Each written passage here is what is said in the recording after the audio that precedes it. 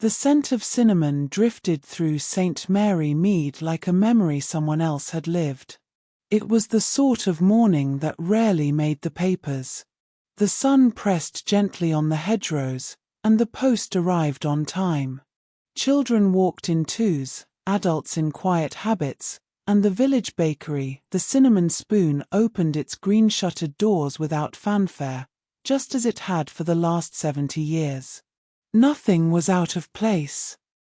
Except, perhaps, for the way the biscuit tin clicked when it shouldn't have. Miss Marple was not in the bakery when it happened. She was in her sitting room, her tea cooling beside a copy of Great Expectations, though she'd long since memorized the chapter.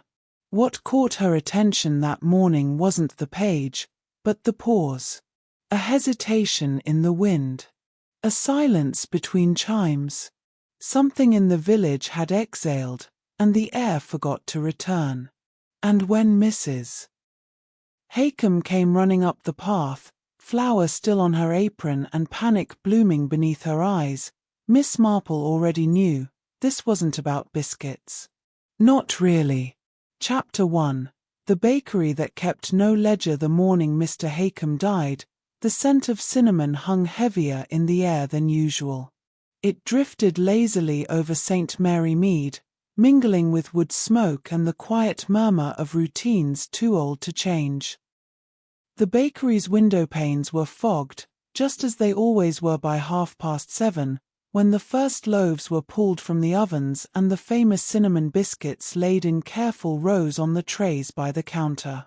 The bell above the door chimed softly as the postman entered, expecting the same as he did every Wednesday, 2 biscuits wrapped in brown paper and a small nod from the baker, who spoke rarely but always wore that faint trace of amusement around his eyes. But the bell rang unanswered that morning. When Mrs. Thornley from the greengrocer's popped her head in 20 minutes later, the trays were still empty. The lights were on, the back door unlocked, and the kettle had just boiled. But Mr. Haycombe was nowhere to be seen. It was Miss Marple, taking her morning walk past the churchyard wall, who noticed the silence. Not absence, not noise. Silence. A sort that doesn't settle. It stands. She turned toward the shop, her walking shoes damp from the dew. The bakery door stood ajar, the bell hanging askew. A single cinnamon biscuit, still warm, lay on the tiled floor beneath the counter. The doctor was called, and it was quickly agreed, heart failure, peaceful, in his sleep. The coroner saw no need to question it. Mr. Haycombe was 79, unmarried, and as solitary as flour in a sifted bowl. A quiet man who baked, sold, and read books with yellowed pages behind the counter. A quiet death, they said. Except Miss Marple did not entirely believe in quiet deaths. She attended to the practicalities as one does in such villages, offering condolences, helping the constable locate next of kin, there were none, arranging a small memorial, and, with little fuss, assisting in tidying the bakery.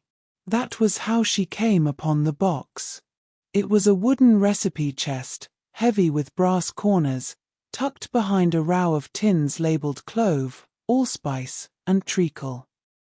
It had a key, but the lock was open. Miss Marple had expected rows of index cards, perhaps grease-stained and handwritten. But the box was empty. Not a single recipe remained.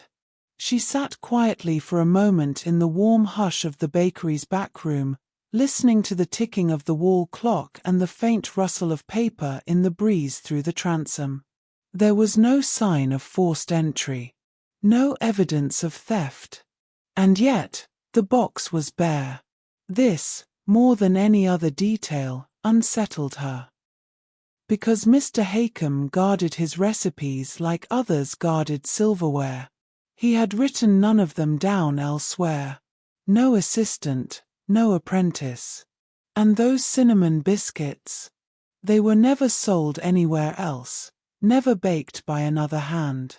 Later that afternoon, Miss Marple invited Mrs. Blackwood, a cousin of the late baker, or perhaps a niece once removed, no one was quite certain, to share tea and memory.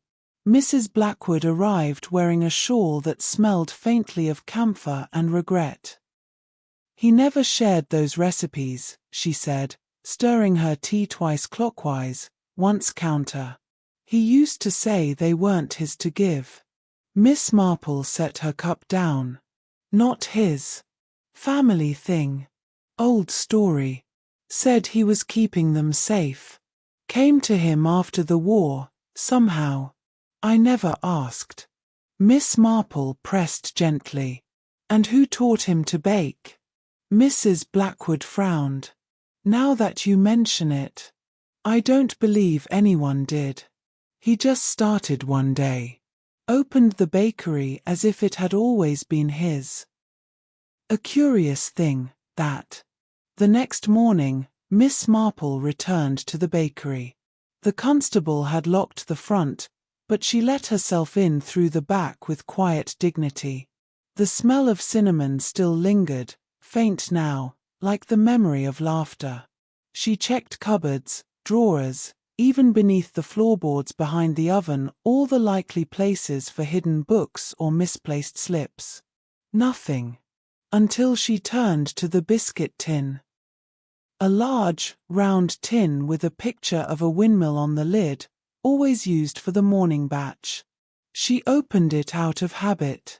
Inside was a single folded square of parchment, old and uneven at the edges. No writing on the front. But inside, Entry 3. Memory must be softened before baking. Never use salt. There was no signature. Miss Marple held the note to the light. Watermark paper. Handmade. Not local. Not new. The ink had bled in the creases, as though someone had read it often. Folded it too many times. Entry 3. She returned to the counter and examined the tins again. Treacle, clove, allspice.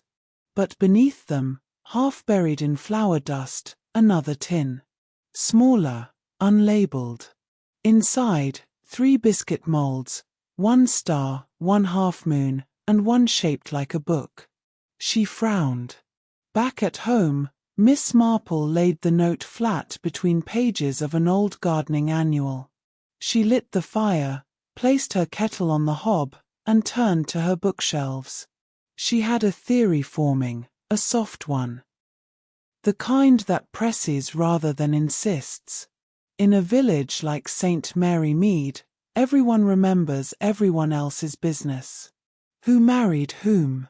What happened during the ration years? Who left quietly and never came back? But somehow, no one remembered who taught Mr. Haycombe to bake. No one remembered a time when the cinnamon spoon wasn't his. No one questioned the taste of the biscuits or the way they never went stale. Miss Marple thought of the note. Memory must be softened before baking. Strange, that. She returned to the bakery one last time that evening. Just before dark, with the birds settling and the wind pulling low across the square. She stood behind the counter, hands resting gently where his would have laid each morning. She ran her fingers along the shelf beneath the till and found, tucked between the ledgers, which were, unsurprisingly, blank, an old photograph. Sepia-toned, faded at the corners. 3 figures. A man in a white apron, a girl with a ribbon in her hair, and a third person blurred, as if they had moved mid-frame. The apron bore an embroidered word. Not cinnamon spoon. Just, preserve. And in the window behind them, barely legible through the grain, a hand-painted sign. All truths must be mixed, not told. Miss Marple folded the photo and slipped it into her handbag. There would be more visits. More questions. Some likely without answers. But she had seen something now she could not quite place, and that made all the difference. The scent of cinnamon was gone by morning. But something lingered. Something too quiet to name. Chapter 2. The tin that clicked twice. The bell above the cinnamon spoon door gave its weary chime, echoing once before settling into the quiet. Miss Marple stepped across the threshold, glancing briefly at the counter where Mr. Haycombe had stood so many mornings, tall behind his apron, flour dust along the cuffs of his sleeves. Today, the shop had the stillness of a place between moments. The scent of cinnamon lingered faintly, though the ovens were cold.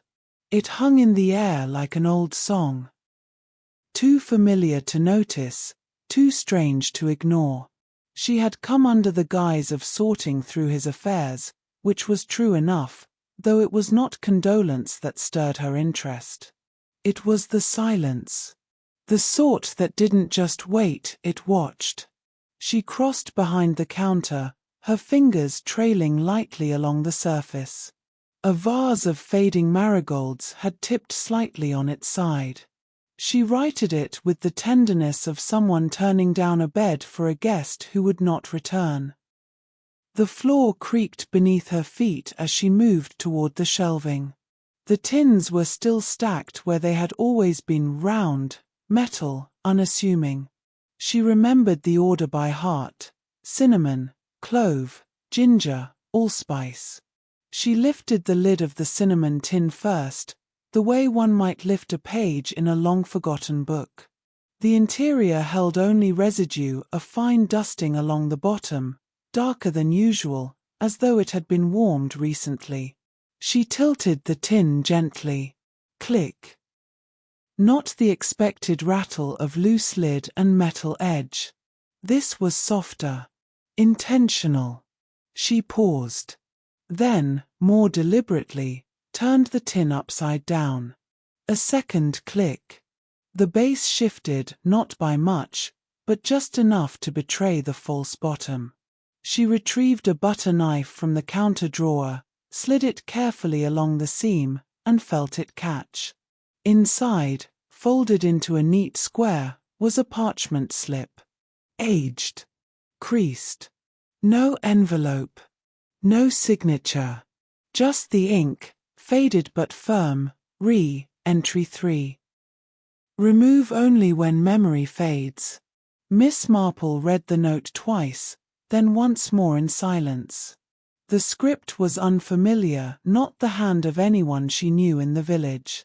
It had a formality to it, as though someone had practiced every curve of each letter.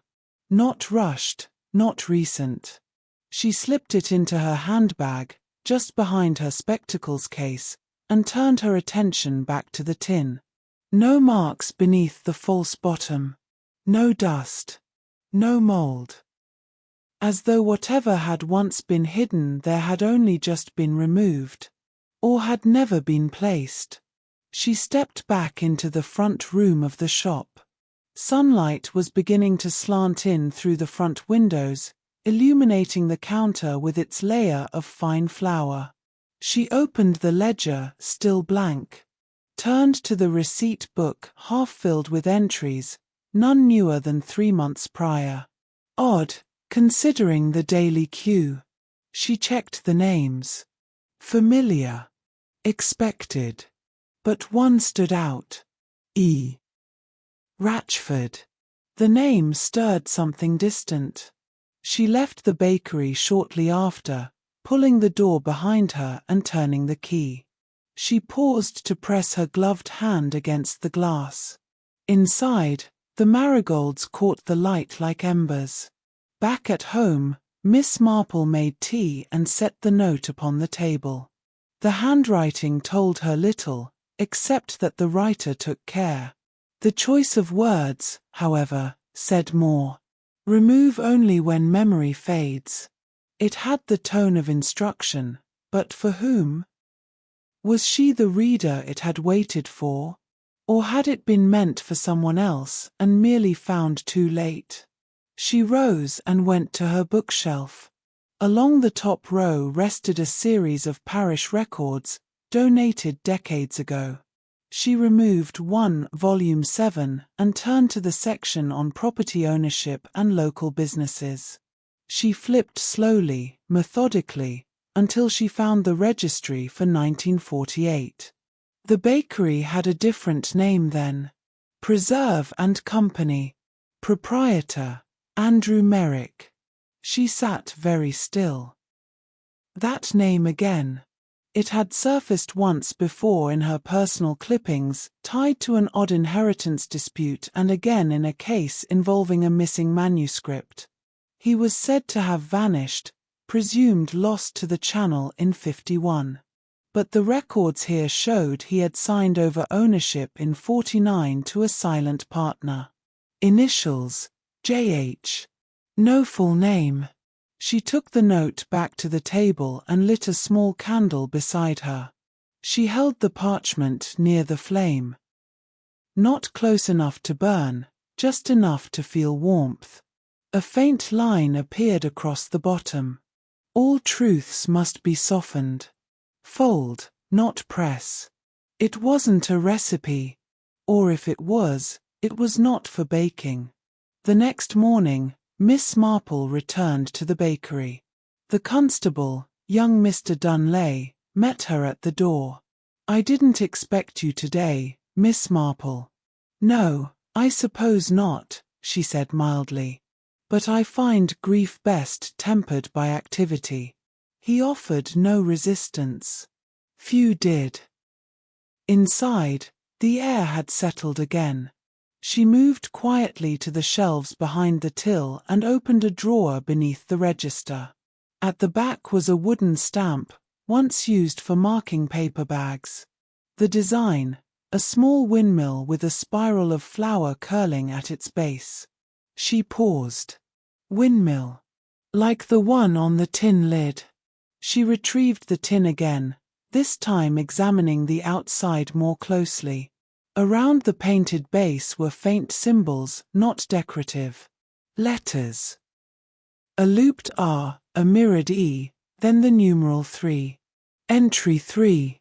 She turned the tin in her hands again, then removed the false bottom fully. Nothing more inside. But on the underside of the lid, barely visible unless one looked closely, was a faint indent, a stamp impression that read, "Filed under domestic fiction." Her breath slowed. That phrase, where had she seen it? She made her way to the back of the shop, where Mr. Haycombe kept his reading books stacked in piles. There were 6 volumes, all dog-eared, all missing covers. One stood out. Not because of its content, but its absence. Volume marked DF3. Gone. Miss Marple closed her eyes briefly. Memory, softened. Truth, folded. A recipe hidden not in ingredients, but in structure. That night, she sat at her writing desk. The note now pressed beneath glass. The tin beside it. The cinnamon residue swept into a waxed envelope. She opened her journal and wrote a single line. Entry 3 is not lost. It has simply not yet been remembered.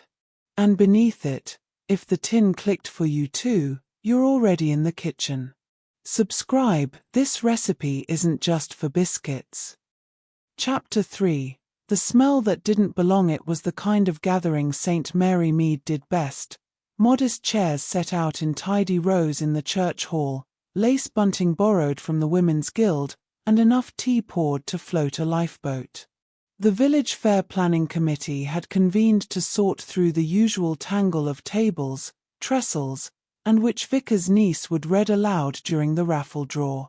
The biscuits arrived with little fanfare, set in woven baskets lined with wax paper. There were oat rounds, lemon shortbread, and, of course, the cinnamon ones, always the first to disappear. Miss Marple sat with her back to the fireplace, watching as people moved toward the refreshment table in loose clusters, their small talk brushing over decades of marriages, hedgerow repairs, and the peculiar habit of the grocer's new cat. She reached for one of the cinnamon biscuits. It broke in her hand with the right give. The color was proper. Even the weight in her fingers was as expected. But when she brought it to her mouth, she paused. The scent was nearly right. Almost. She took a bite and held the flavor on her tongue. The texture was unchanged. But the warmth of cinnamon had given way to something flatter, a touch more bitter, with a sharpness that lingered along the back of the palate. Miss Marple did not speak of it, not at first.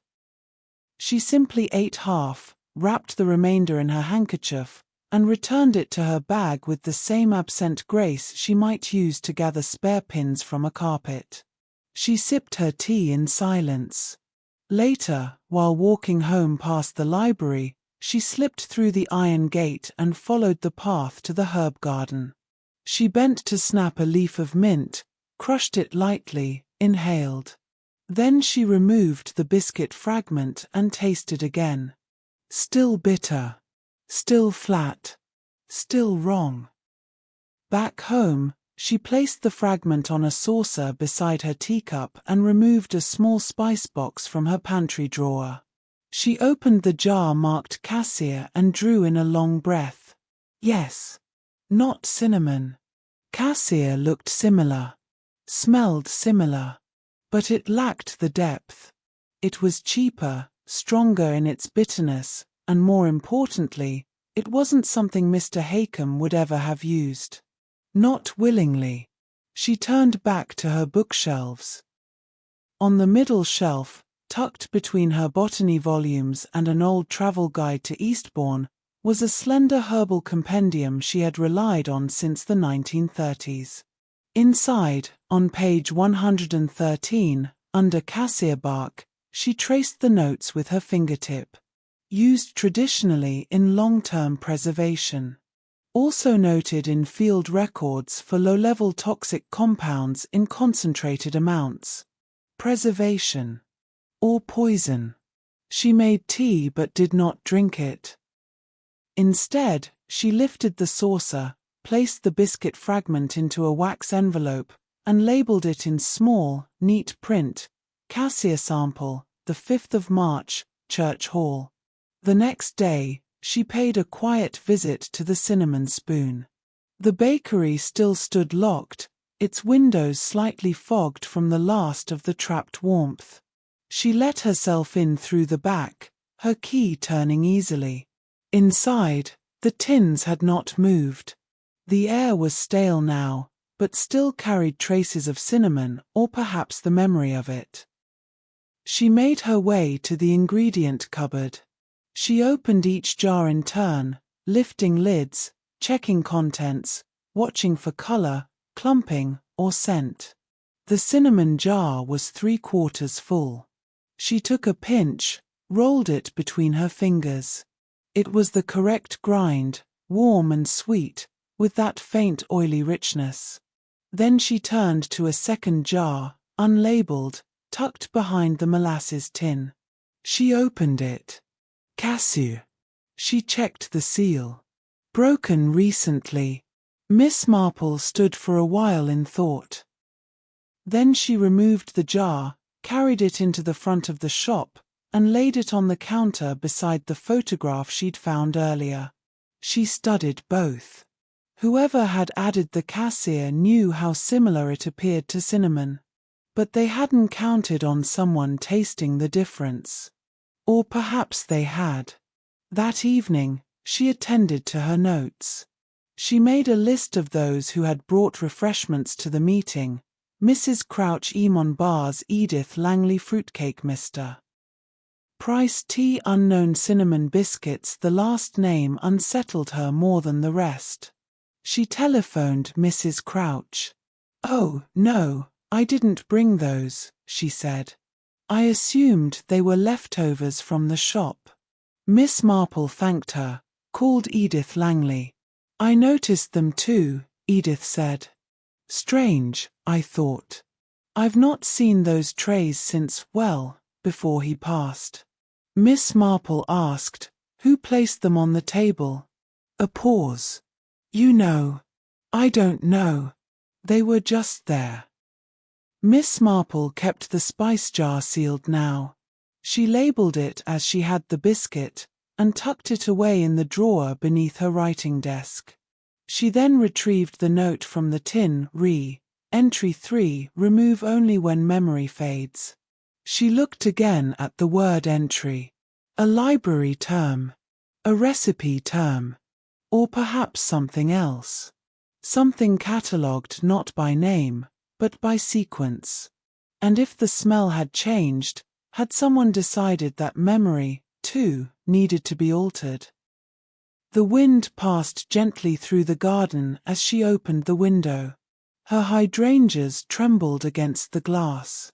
Somewhere nearby, someone had access to the bakery, to the recipe, to the tins. But more troubling than that, they had access to the ingredients. And they were changing them. Miss Marple dressed early the next morning. Pale gloves, pressed skirt, shoes brushed to shine. She walked to the vicarage and asked for a copy of the guest list from the previous afternoon. Reverend Potts gave it over without question. There was a name that didn't belong. Eliza Ratchford.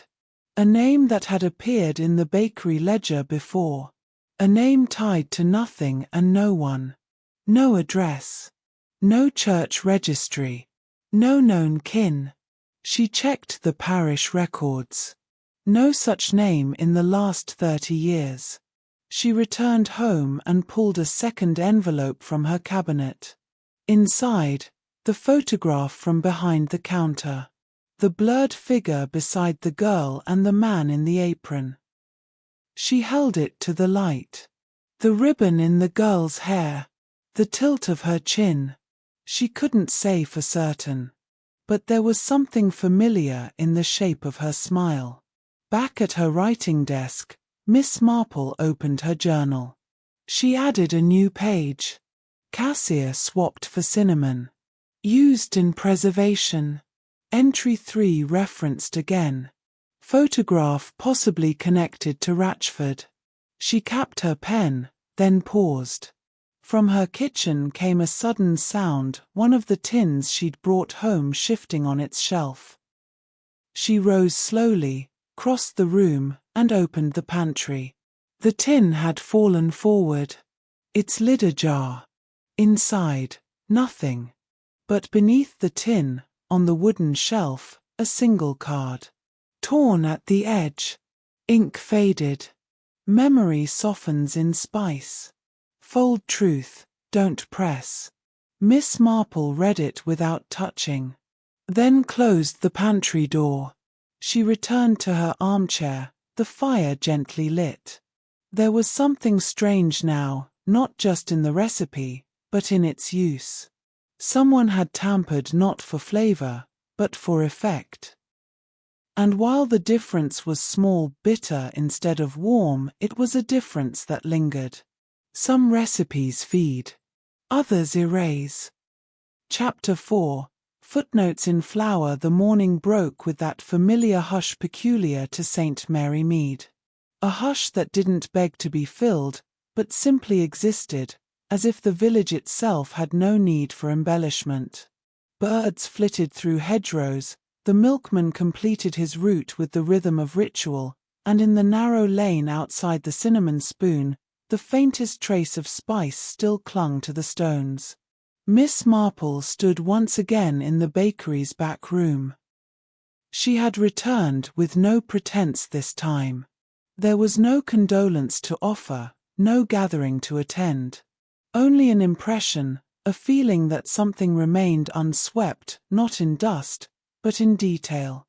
It was not a search for what had been taken, but for what had been left behind. The spice shelf was as she had last seen it, neat, labelled, each jar sealed except for the cassia one, which she had since removed and documented. She now sought something that had not been placed deliberately but had remained out of neglect, forgotten by all but time. She crouched and slid her hand behind the lowest shelf. The wood was rough with age. Her fingertips brushed something thin, papery. She reached further. A corner of card gave way. She withdrew a torn slip. The edges were browned, the ink faded but still legible. Not a full recipe. Not even a list of ingredients. A note, structured like a footnote, but addressed to no one. Preservation of stories, entry 47. Filed under domestic fiction, not history. No signature. No title. The card was torn diagonally, as if someone had meant to destroy it but stopped halfway. Miss Marple stared at the words for a long moment.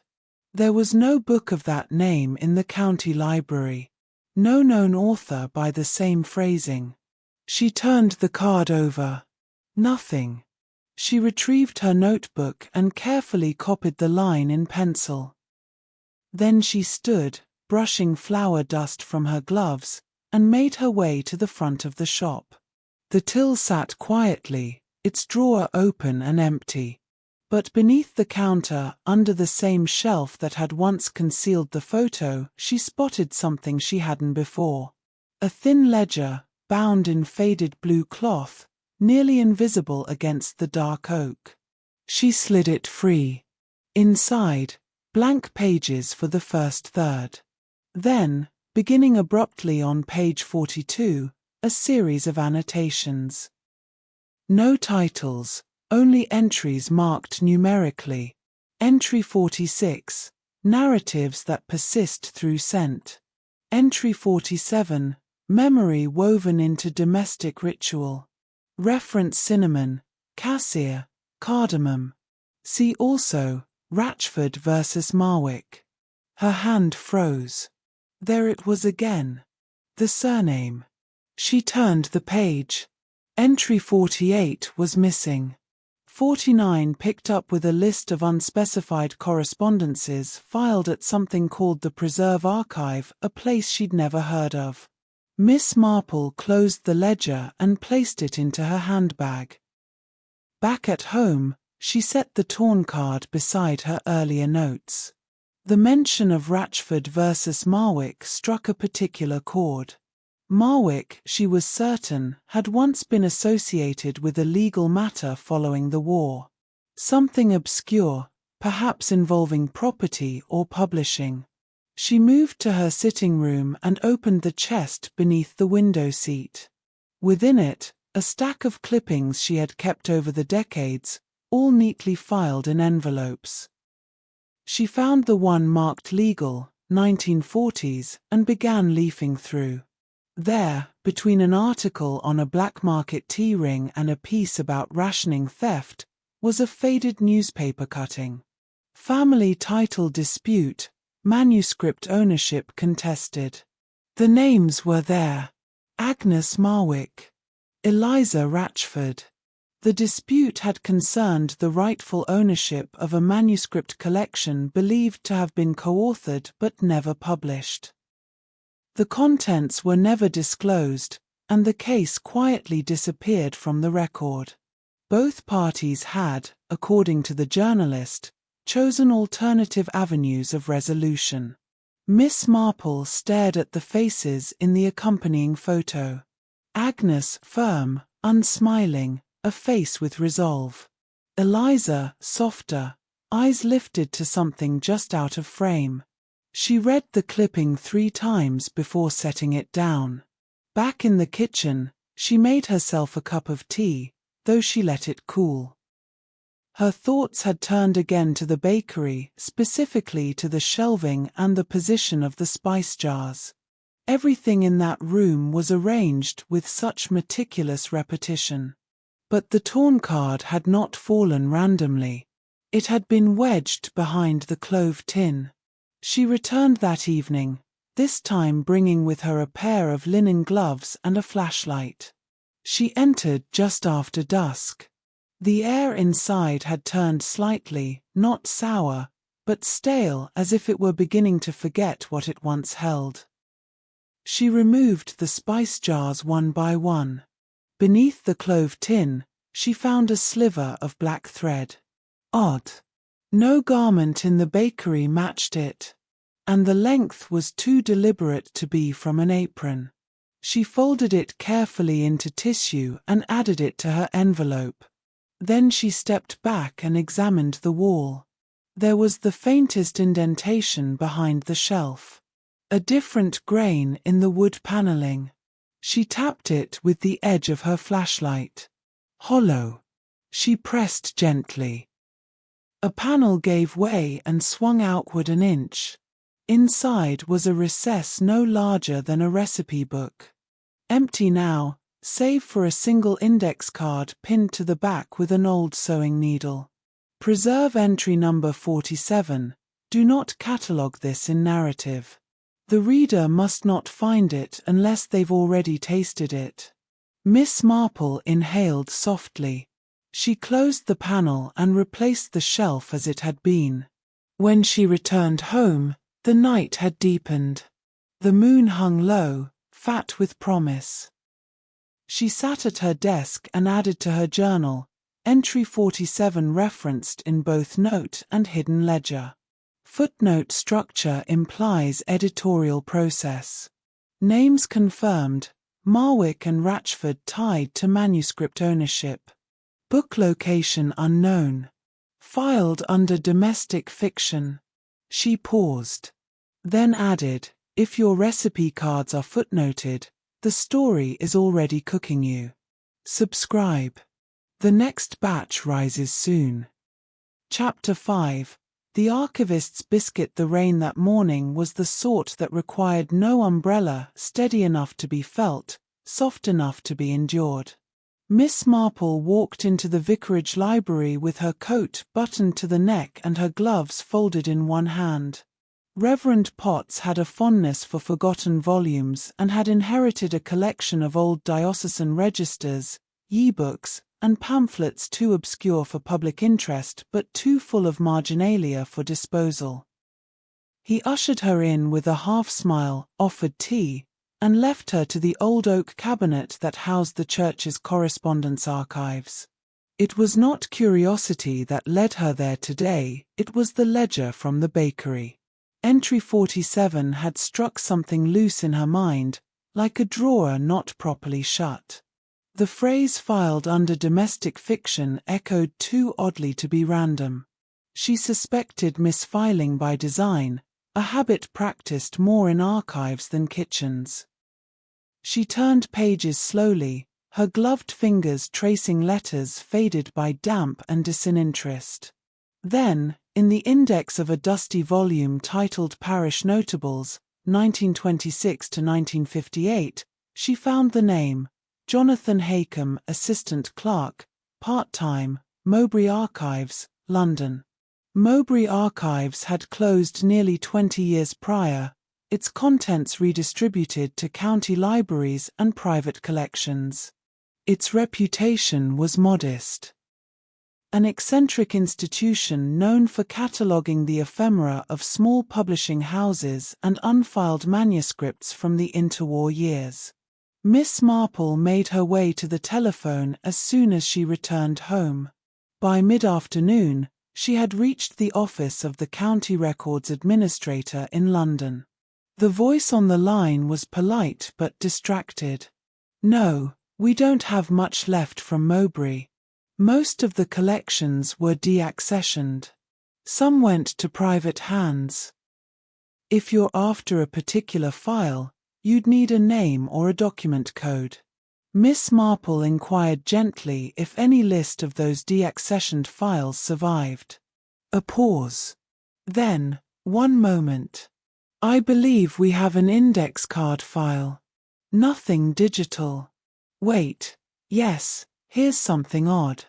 A batch from 1950 was marked as property of MTP. That designation isn't ours. Just a clerk's notation, apparently. No donor listed." She asked what the batch included. Personal papers, marginalia, handwritten cookery notes, editorial correspondences, Doesn't look like anything special. Not even a catalogued publisher. Miss Marple wrote each word in her notebook. Then she underlined 3 letters, MTP.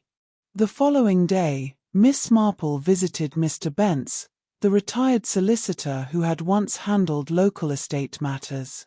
He welcomed her with biscuits not worthy of comment and tea brewed too long. MTP, she asked. Do those initials mean anything? He furrowed his brow. In publishing? No. No imprint I can recall. Though, I do recall an odd transfer of archival material around 1951. Came through my office. Bakery related, oddly enough. A gift or donation from a Marwick trust to a gentleman who later moved to St. Mary Mead. Name escapes me. Wait. Haycombe. That was it. She set down her cup. So it passed legally? Oh yes. All signed. The papers were wrapped in baking parchment, oddly enough. I remember because the clerk made a joke about it being a recipe for legal disputes. Miss Marple did not laugh. She asked, instead, to see the records. They were not filed under property or estates. They were tucked beneath miscellaneous literary matters. A slim manila folder, stamped in faded ink, Marwick Transfer Protocol that, she realized, was MTP. Inside, only 2 documents remained. A list of contents titled Private Editorial Materials and a formal declaration signed by Agnes Marwick, transferring custodianship of the materials to Jonathan Haycombe, for safekeeping until such time as memory decays. That line again. Memory. Miss Marple walked home through a fine mist, the village muffled by drizzle and distance. In her sitting room, she laid out her findings, the card marked Entry 47, the torn index note, the deaccessioned file list, and now, the Marwick Declaration. She had not yet connected the recipe to the history, but she now understood that the cinnamon biscuits were never only about taste.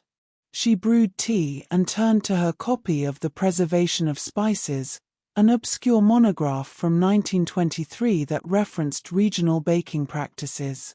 She found no mention of Marwick or Ratchford, but there was a footnote in Chapter 8, cassia noted in long-term preservation methods, ritual, culinary, and mnemonic. See disputed wartime case re, narrative preservation ethics. Narrative preservation. Her thoughts returned to the ledger. Entry 47, memory woven into domestic ritual. It was not metaphor. It was instruction. The recipes, the biscuits, the bakery, they were not hobbies or habits. They were methods. Means of containing something. Preserving something. That evening, she ventured again to the cinnamon spoon. The air inside was different now. Still. Settled. The tins untouched. The shelves unchanged. She went to the flour bin. Beneath the last scoop, she found it, a biscuit, unbaked. Pressed dough with a single letter etched into it M. She wrapped it in wax paper and brought it home. At midnight, she sat before her hearth, the dough in front of her, the fire warm.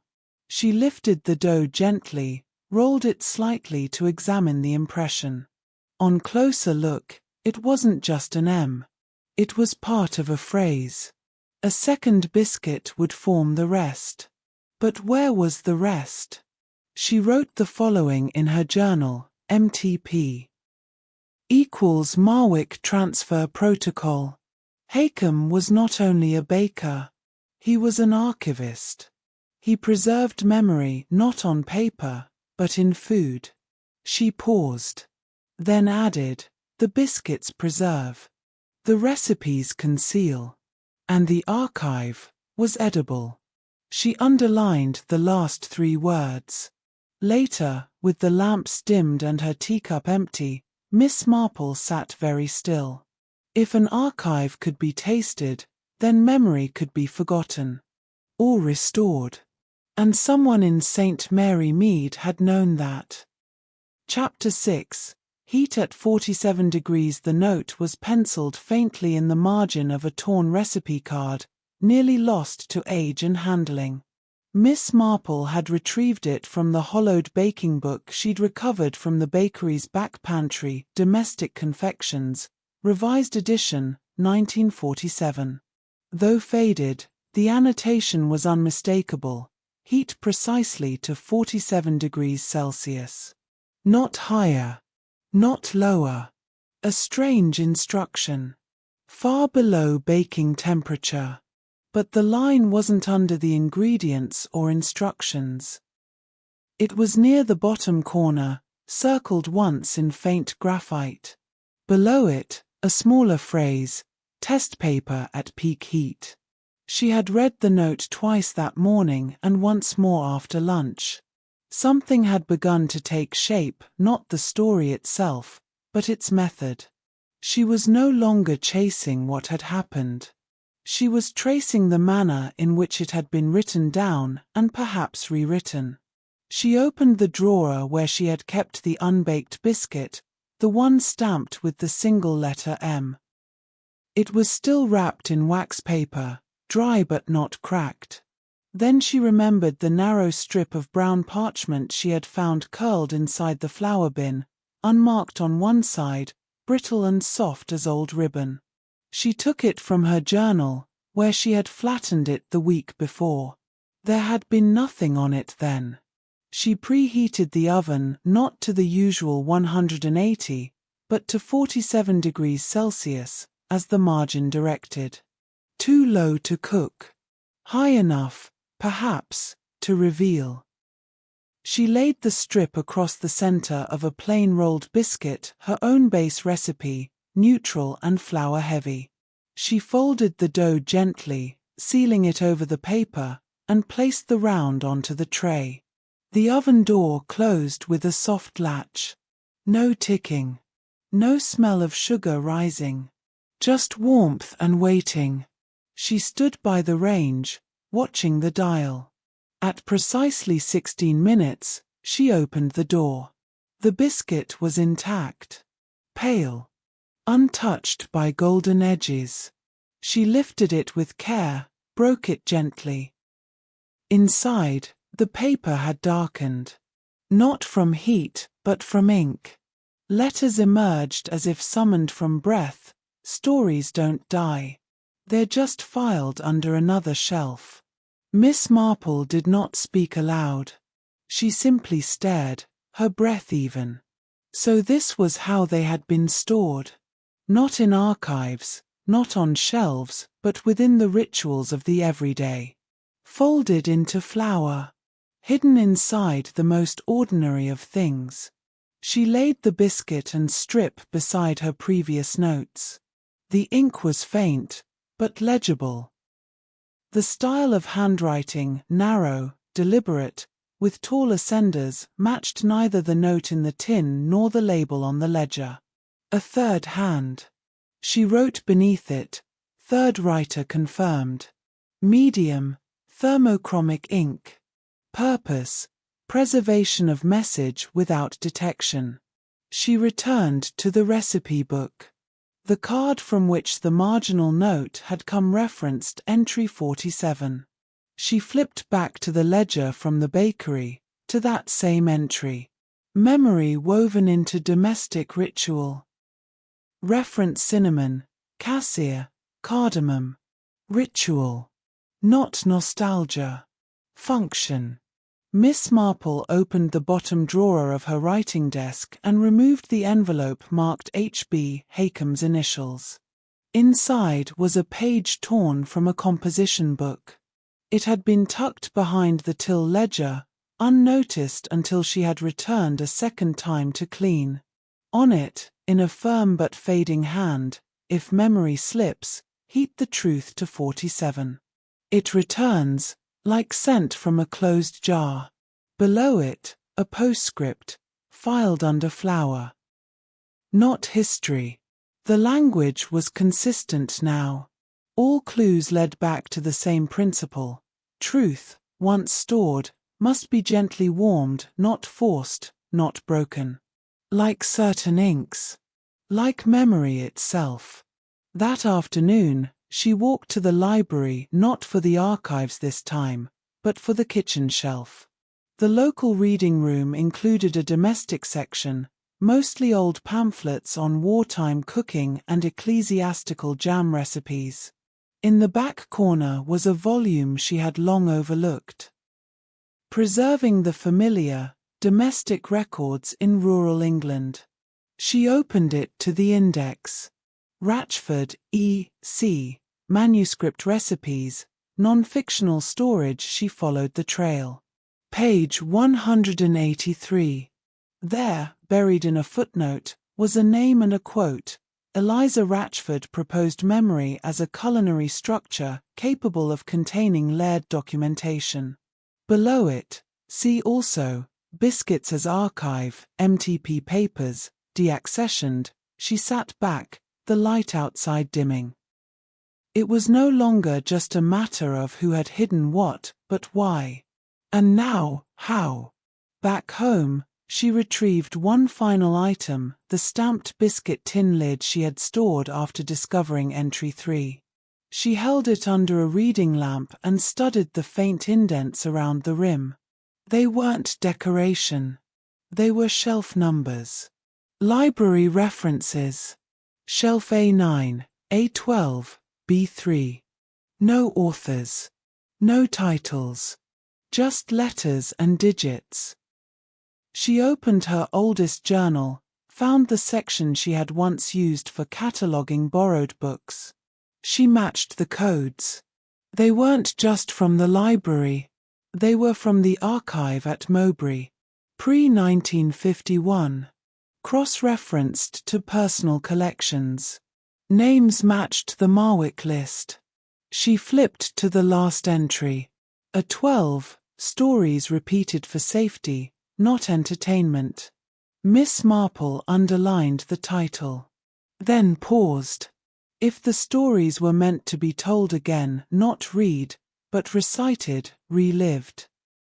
Then the repetition of the cinnamon biscuit wasn't for tradition. It was for retention. She made one more batch that evening. Same dough. Same heat, 47 degrees Celsius. This time, she folded into each biscuit a scrap of blank parchment. Just to see. 4 of them came out with nothing. But the 5th, faint ink bloomed across the center. If you're reading this, you've already remembered something. No author. Just a confirmation. She wrote the final line of her evening entry. The archive is not lost. It's been baking, one memory at a time. Then added, in a hand steadier than she expected, if your oven revealed ink, then you've already turned the next page. Subscribe, the story is nearly preheated. Chapter 7. A book that binds itself. The library bell rang just once that afternoon, barely loud enough to carry beyond the front vestibule. Mrs. Allen, the head librarian, shuffled from her desk with a sigh and glanced at the drop box near the door. There, between a gardening almanac and a worn copy of Pilgrim's Progress, sat a book she didn't recognize. It had no title on its spine. No author, no barcode, no call number. Its cover was unadorned linen, aged at the edges, stitched by hand along one side. It should have been discarded. Except when she opened it, the first page read, "For the Village, as it was remembered." And beneath it, in a different ink, filed, entry 3. Not for circulation. Miss Marple received the call shortly after supper. Mrs. Allen spoke carefully, though it was clear she'd already read most of it. "It's about people here," she said, "but not in any book I've ever catalogued. Old stories. Names I haven't heard in years. And some I've never known. Miss Marple arrived before the next hour struck. They sat in the small reading nook beside the poetry shelves, the strange book resting on a velvet mat meant for rare bindings. Miss Marple put on her spectacles and opened to the second page. There were no chapters. Only entries. Each one began with a name and a date, written in two different hands. Dorothy Meeks, 1941. She baked bread with a whisper in the dough. Said it told her who would visit before the bell rang. Alton Graves, 1952. Last seen crossing the far pasture, cinnamon biscuit in hand. No record after the frost. Some entries were no more than a line. Others stretched across 2 pages. All described villages some still remembered, many long past, described not as historical figures but as impressions, rituals, habits. A library of the lived, bound without index. Then came an entry marked, E. Ratchford or Entry 3. The passage that followed was written in a third style. Firmer, as if pressed with intent, Entry 3 should remain where the tin resides. Do not remove until memory fades. Do not cross-reference with recorded history. These stories were not lived for accuracy. They were kept for continuity. Miss Marple traced the phrase with her fingertip. This confirmed it. Entry 3, referenced in the original tin. Referenced again in the footnote. It was not a sequence number in a library catalogue. It was a location, an archival note buried in domestic disguise. She flipped the page. At the bottom of the next, someone had written, filed under domestic fiction, not history. She took the book home with Mrs. Allen's blessing. The librarian had quietly decided it was never officially checked out, therefore no return would be expected. At her writing table, Miss Marple cross-referenced each entry with old records she had compiled over the years. Death notices, church bulletins, post-war school rosters. Most of the names had no match. Or, more precisely, they had no record. She turned again to the entry for Alton Graves. Last seen crossing the far pasture, cinnamon biscuit in hand. No record after the frost. The phrase struck her. She remembered a conversation from years ago, long after the war, when the village was still reshaping its edges. An old groundskeeper had once spoken of a man who used to walk beyond the allotments, always in the morning, always with a biscuit. No one ever saw him return. It was written off, quietly, as evacuee confusion. And yet here it was. In handwriting. Preserved. Miss Marple moved to her pantry. She opened the second biscuit tin, the one she'd brought from the bakery's locked drawer. The inside lid bore that familiar notation, Entry 3. Remove only when memory fades. The lid was metal. The bottom was lined in a fabric that, when peeled back, revealed a sliver of folded parchment. She carefully extracted it and unfolded the brittle page. It read, Entry 3 is not singular. It repeats. It is wherever the story wishes to stay. She held the page in her lap for some time. So Entry 3 wasn't a single object or book. It was a principle. A shelf invisible unless you knew how to see it. Miss Marple began cataloguing her findings more rigorously. Findings to date. Cinnamon biscuits altered posthumously. Archive of memory embedded in culinary tradition. Thermochromic ink reveals messages at low heat. MTP equals Marwick Transfer Protocol. Entry 3 equals Method of Concealed Preservation. She flipped back to the library book and checked the last entry. No name. No date. Only a short phrase, filed before the oven cooled. Then, below it, in the final line of ink, you do not find the archive. The archive finds you. She closed the book. It made no sound. It held no smell. And yet, she felt something faint rise in the air, the trace of spice, perhaps. Or memory. That night, Miss Marple did not bake. She simply set the book on the shelf beside her own journals and turned out the light. There were still 3 more entries in her mind that hadn't yet appeared in any book. She would wait. Or perhaps, as the note suggested, they would arrive on their own. Chapter 8. The counter that never dusts. Miss Marple's third visit to the cinnamon spoon was not prompted by new evidence, but by habit. She had begun to move through the village not as a visitor but as an archivist. Memory had become a material, and she treated it with gloves. The bakery remained untouched since Mr. Hakeham's death. Its surfaces, lined with wear and flour, held the texture of repetition. Rolling pins arranged just so. Biscuit tins squared to the corner. And a faint scent of sugar and cassia still clung to the beams. She moved to the counter where the till Saturday. It was a wood grain slab with small warps at the edges from years of heat and motion. She placed her palm across the surface, gently testing texture. Flour dusted everything. Everything but a square beneath the till. There, the wood was bare. No particles, no residue, no trace of sugar or spice. As though it had been wiped again and again with purpose. She reached below and felt for a panel. It clicked. A drawer sprang open, not large, not obvious, and not listed in the bakery's inventory records. Inside, nestled in cloth, lay a metal biscuit mold. She lifted it.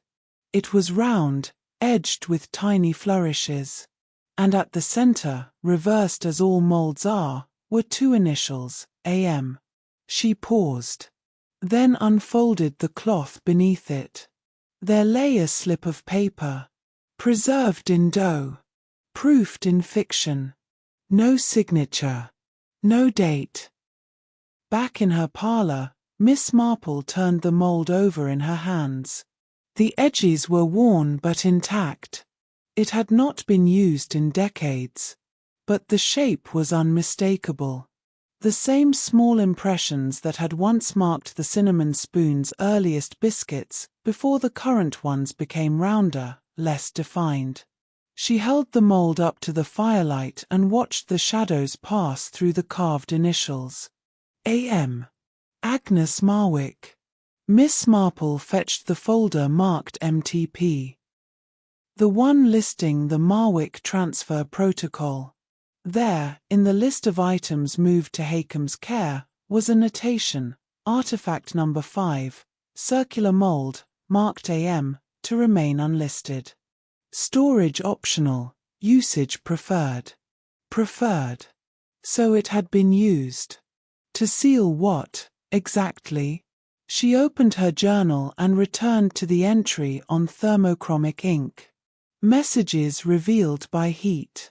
Memory embedded in domestic ritual. Could the mold itself have been a cipher? She pressed it gently against a pad of firm, uncooked dough. No ink appeared, of course. But the imprint told another kind of story. The edge flourishes matched an old village stamp used once on pamphlets printed during the war by the Women's Education Society. The central AM was the same style found on letters from Marwick to the Mowbray archives. She placed the biscuit in the oven not to bake, but to warm, at 47 degrees Celsius. And waited. It took 23 minutes. When she removed the biscuit, the imprint darkened.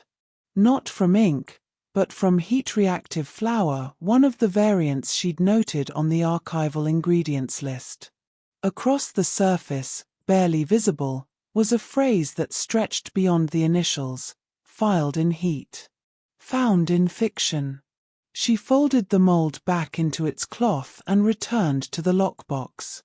There, in a slot she had missed earlier, was a second paper, thinner, folded tightly. She opened it with tweezers. If found, consult the shelf beneath memory. The story has already begun to read you. The implications were unsettling. The memory wasn't only preserved for others. It was active. It read. It chose. The archive was participatory. Miss Marple's hands did not shake, but her breath did slow. The biscuits were not simply mementos. They were dialogue. She turned to her own notes. Cross-referencing initials. Archival materials. Domestic fiction. Conclusions forming. Agnes Marwick initiated the protocol. Haycom was custodian, not originator. AM molded the method into food. The mold was a signature. She opened her notebook and added a new entry, AM equals author memory. The baker was never the story's keeper. He was only the oven. She exhaled. Then circled 3 words, preserved in dough. It had been literal from the beginning. She closed her journal and reached for the tin of biscuits she'd made the night before. Round, warm, innocuous. She broke one open. A strip of paper fell out. If you're holding this, the dough has remembered you. She did not smile. She folded the note and placed it beside the mold. Then returned the lockbox to the counter beneath the till. She did not wipe the flour. The story had earned its dust. If you've spotted initials in the flour, don't sweep them away. Subscribe, the truth is rising beneath the crust. Chapter 9. The story with no ending. Miss Marple had often said the past never folded neatly. It curled at the edges, refusing to lie flat, no matter how carefully one pressed. She found the photograph while revisiting the archives of the Women's Guild, where she had once been secretary. It had been misfiled between church fete programs and a wartime ration recipe for carrot scones. It wasn't labeled as anything of consequence. Just a loose sepia image with one corner torn. Yet the figures in the frame were unmistakable. There stood Agnes Marwick, her posture composed, her eyes unsmiling but alert. Just behind her, half-shadowed but still clear, stood a young Mr. Haycom, apron folded over his arm, flour on his cheek. And to the left, barely visible, was a man she did not recognize. A pen behind his ear. Sleeves rolled. One hand holding a page. At the bottom of the photograph, faint but there, someone had written, Agnes, Haycom, editor. Spoon Press, July 47. Spoon Press. Miss Marple exhaled. The bakery had not begun as a bakery. It had been a press. She traced the address listed on the back of the photo. The Spoon Press had been registered under a domestic license in 1945, officially marked as a home-based editorial consultancy. In other words, a private printer. The bakery itself had once housed more than ovens. There had been a typeset drawer, now long replaced by the spice shelf. A small rotary press, noted in the village maintenance logs from the 1940s. And, curiously, 3 deliveries from a supplier known to work with the Ministry of Information. Miss Marple consulted her notebook. Agnes Marwick, declared missing in November 1947. No record of emigration. No declaration of death. Simply marked as missing without confirmed cause. Haycom had taken over the bakery 1 month later. The Spoon Press name disappeared from all public documents. But what of the man labelled editor? No name, no record, no burial in the parish grounds. Back in her sitting room, Miss Marple pulled out the biscuit tin where she had placed the stamped mould. AM. She flipped it over again. Inside the rim was a second set of marks, only visible in angled light. SP or Ed 1. Spoon Press. Edition 1. So the biscuits themselves, at least some of them, had not merely preserved memory. They had published it. Miss Marple reached for the recipe card she had found beneath the shelf weeks before. In the lower margin, in faded pencil, preserve, proof, distribute. The language was not culinary. It was editorial. She opened her notes and sketched a timeline. Agnes found spoon press in early 1945. Post-war narratives start appearing anonymously in pamphlet form. Cinnamon biscuits begin circulating in 1946. Agnes disappears late 1947. Haycom inherits the premises. So Agnes hadn't merely baked. She recorded. And the bakery was her method of publishing a record no official press would touch. Miss Marple returned to the photograph one last time. The torn corner, top right, suggested there had once been a fourth figure. A hand, perhaps. A shoulder. Someone who did not wish to be remembered, or who had been removed deliberately. She flipped the photo over. On the back, faintly impressed into the card with a ballpoint pen, was a phrase, "Stories with no endings are still worth telling." Below that, another line, editor's file moved to AM drawer. Filed under biscuit. She returned to the lockbox beneath the till. The AM drawer was empty, except for a folded page she had dismissed as blank. She held it over a lamp. Lines surfaced slowly. Final edits. Author uncredited. Proof complete. If found, continue. It was signed only, E. The man with the pen. Miss Marple leaned back in her chair. If Agnes had been the mind behind the archive, the editor had been the mechanism. The formatter, the preserver, the one who shaped the fragments into narrative. The cinnamon biscuits weren't just placeholders for memory. They were a coded literary act. The bakery's past had been folded into fiction, reissued not as history, but as taste, scent, and ritual. Agnes had disappeared.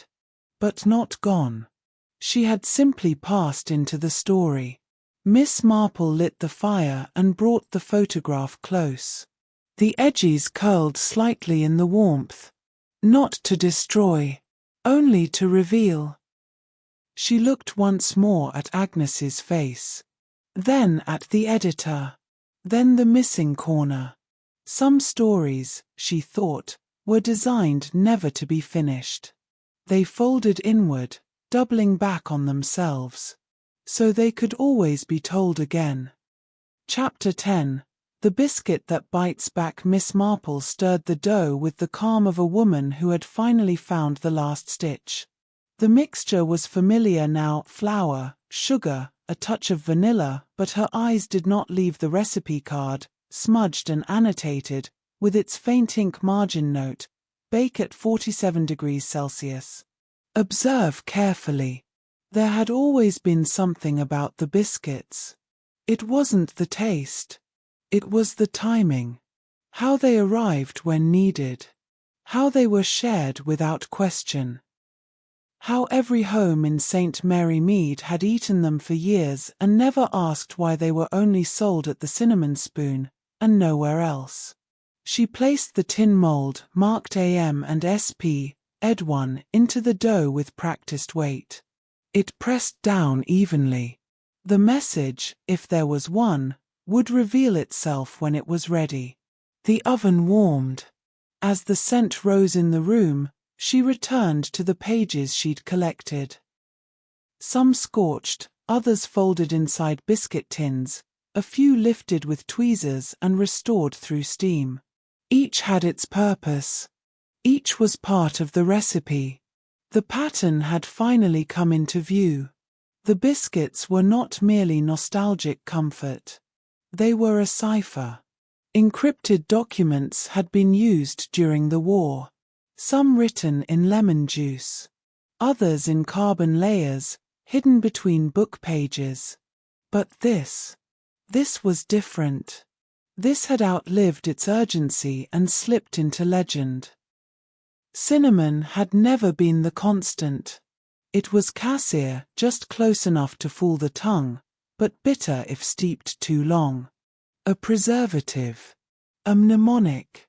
She pulled the tray from the oven and set it on a wire rack. There, cooling among the others, was one biscuit slightly more golden than the rest. She lifted it, cracked it open. Inside, baked into a thin strip, was the phrase, "You are not reading this. You are remembering."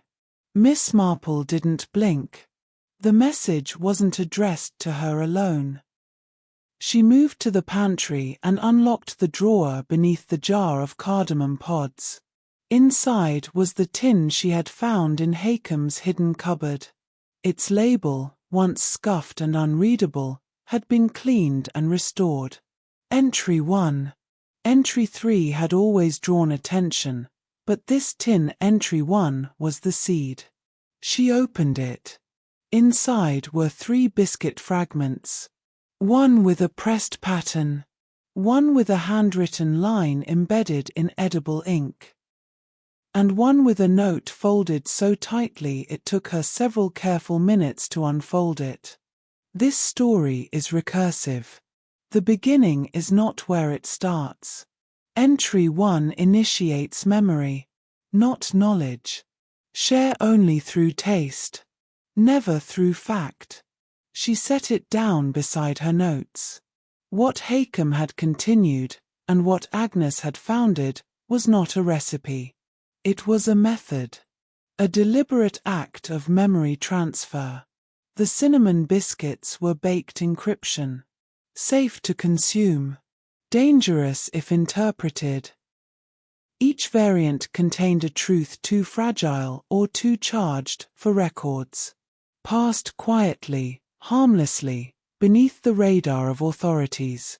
The bakery had been the archive. The village had been the distribution. The consumers. Carriers of story they never knew they held. Miss Marple took one of the biscuits, sliced in half. Tucked within was a new note: "If the flour remembers you, it will rewrite." There was no signature.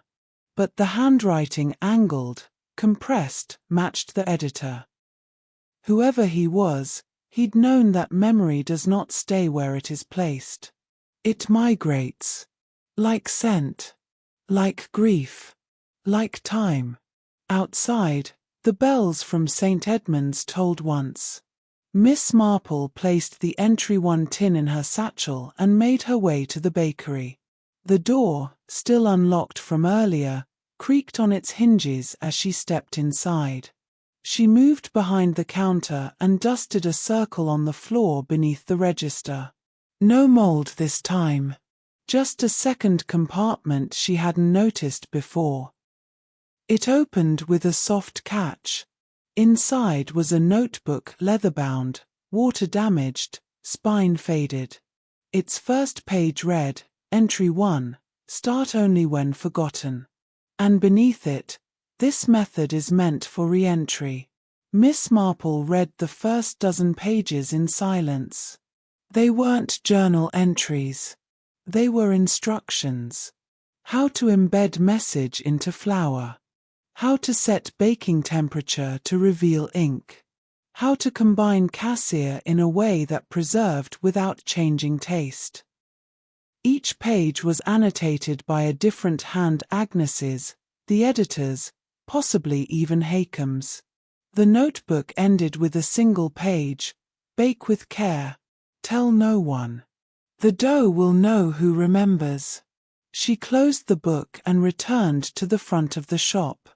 On the countertop, where the flower caught the sunlight, she traced a single finger through the dust. A.M.